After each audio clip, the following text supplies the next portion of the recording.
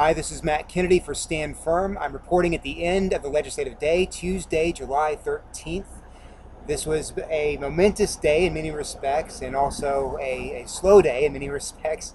This morning started off at the House of Bishops with C056, Resolution C056, which calls for the creation, development of rights for same-sex blessings or same-sex marriages, and authorizes bishops within their diocese to respond pastorally to non-celibate same-sex couples within their diocese.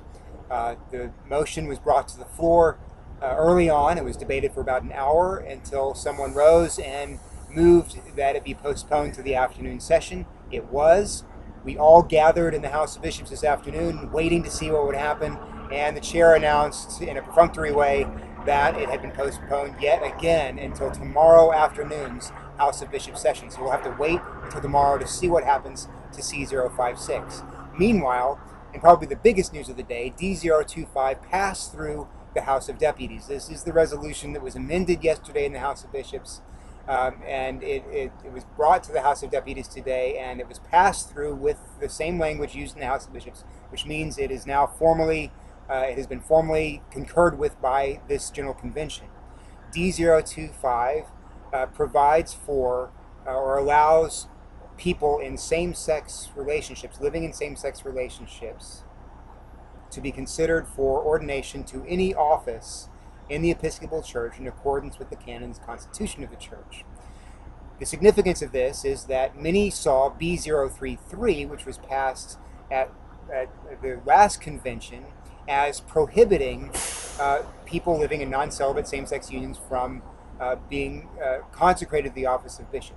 D025 opens that process up with the possibility of people in these relationships ultimately being consecrated to the office of bishop. There has been a great deal of reaction both domestically and internationally.